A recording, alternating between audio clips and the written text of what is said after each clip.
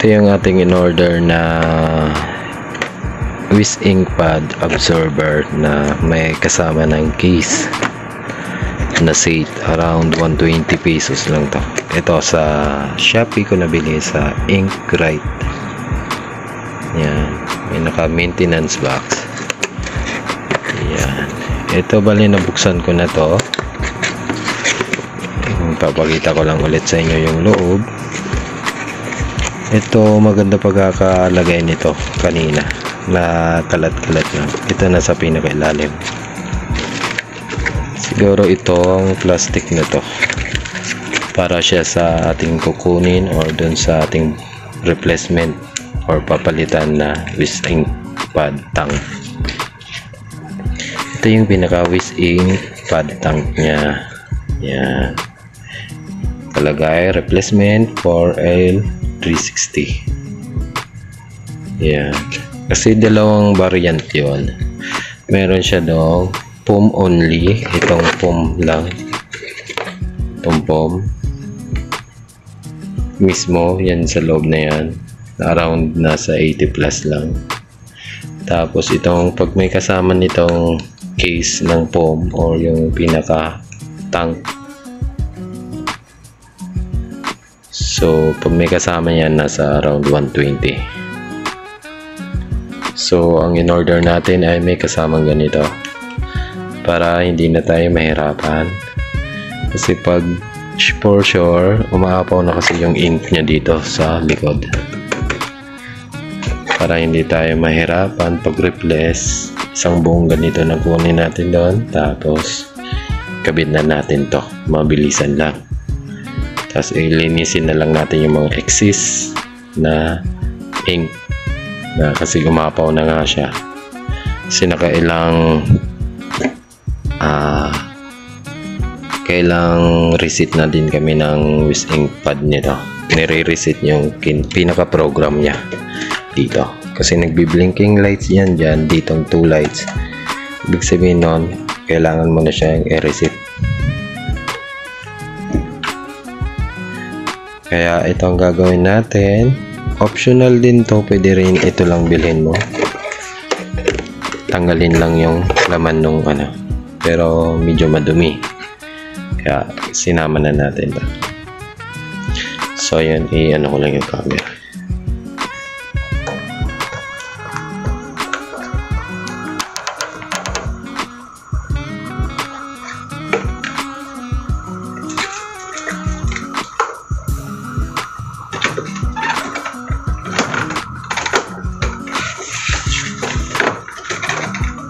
Yan, kung mapapansin nyo, ito may ink na.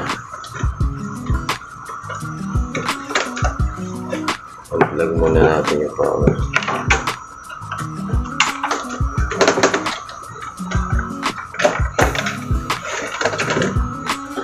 Likod natin. Gamit tayo ng basahan.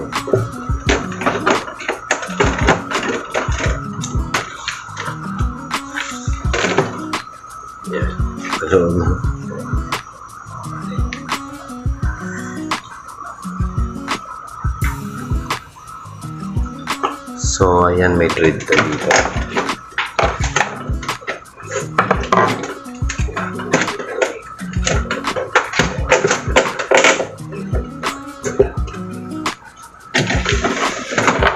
Ayan, may thread siya dyan.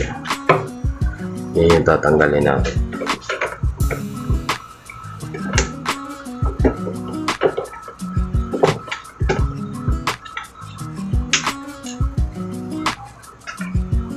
Tapos ito ilagay natin yan. So yan,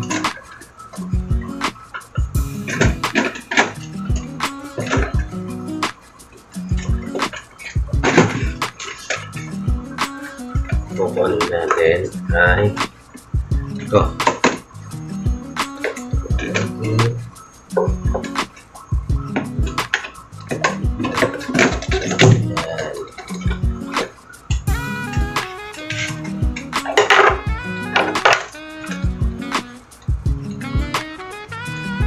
Yan yon ang papalitan. I-request natin ito.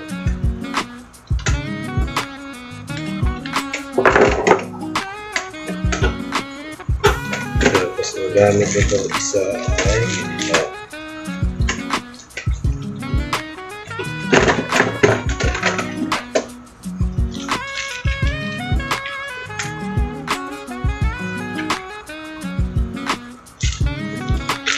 Kaya may kasamang ganito, plastic para dito.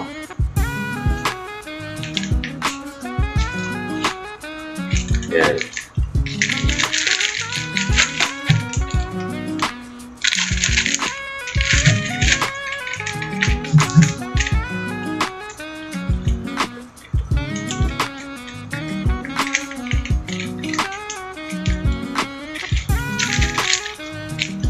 Yan.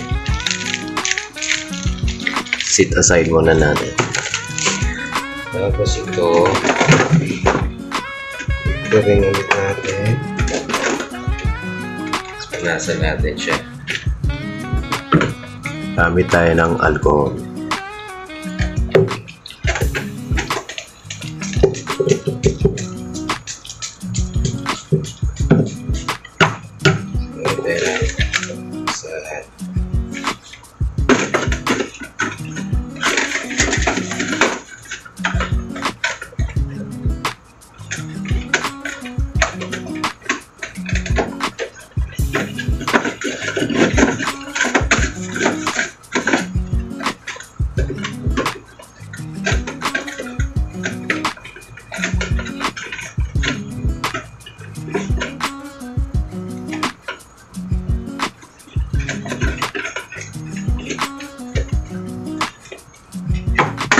Na natin ito.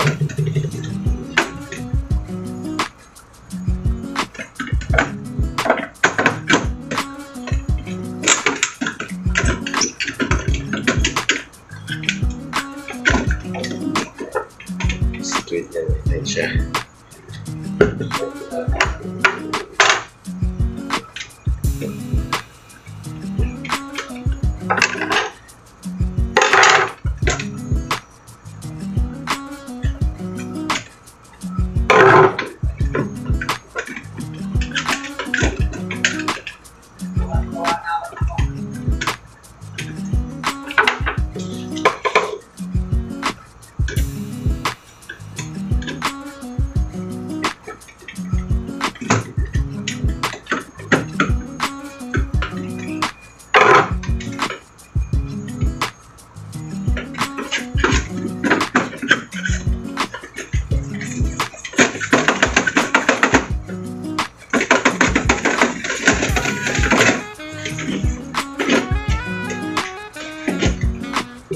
Ganyan natin siya.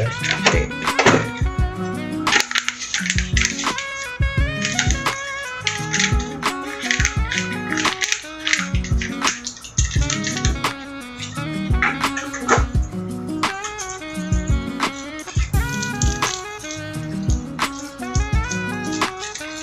May kasama pa siyang plastic dito. Saan na to? Gloves. Sorry, hindi ko nagamit. Let's go. Ayan o. Nagkaroon na tayo. May gloves pala o. Plastic gloves.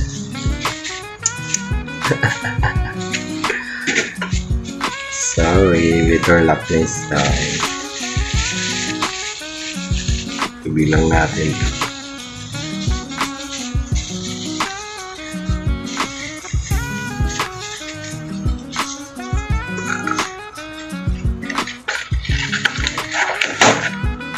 Kaya maganda pagkakanan nito. Ink drive. Yan. 5 star sa akin. Kasama pa siyang user manual or user guide.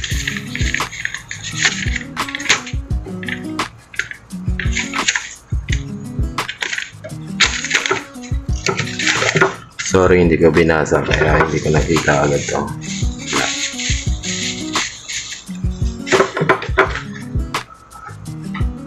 So, yun lang. Thank you for watching. So ayan, ito na yung ating pinaggamitan or yung Wiz Ink cartridge nya na may tank. Ayan, yan yung itsura nya. Sobrang puno na, tsaka naapaw na nga, konting ano mo lang tagilid, maapaw na yung ink nya. So yan, itatapon na natin to. Ang galing talaga nitong bali bilib ako dito sa Inkrite. Complete package na yung kanyang ito hindi ko lang nasuot kasi hindi ko nakita kanina, since first time natin gumamit nitong nila product, tsaka magkabit nitong Wiz Ink pad or mag-replace ng Wiz Ink pad tank. Bali may guantes pa pala dito, kaya nangyari na dumihan tayo. Gumamit din naman tayo ng basahan, pero hindi talaga may iwasan. So ayan, itatapon na natin to, pero pwede din naman tong linisin, kaya lang yun nga, sobrang ink niyan. So ayan, i-sample na natin to, is-xerox na natin siya.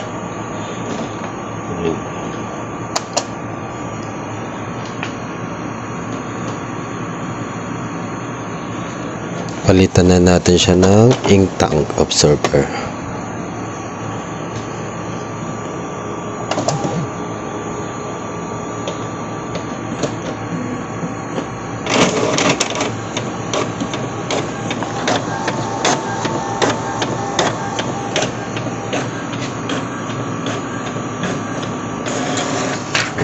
Goods na siya.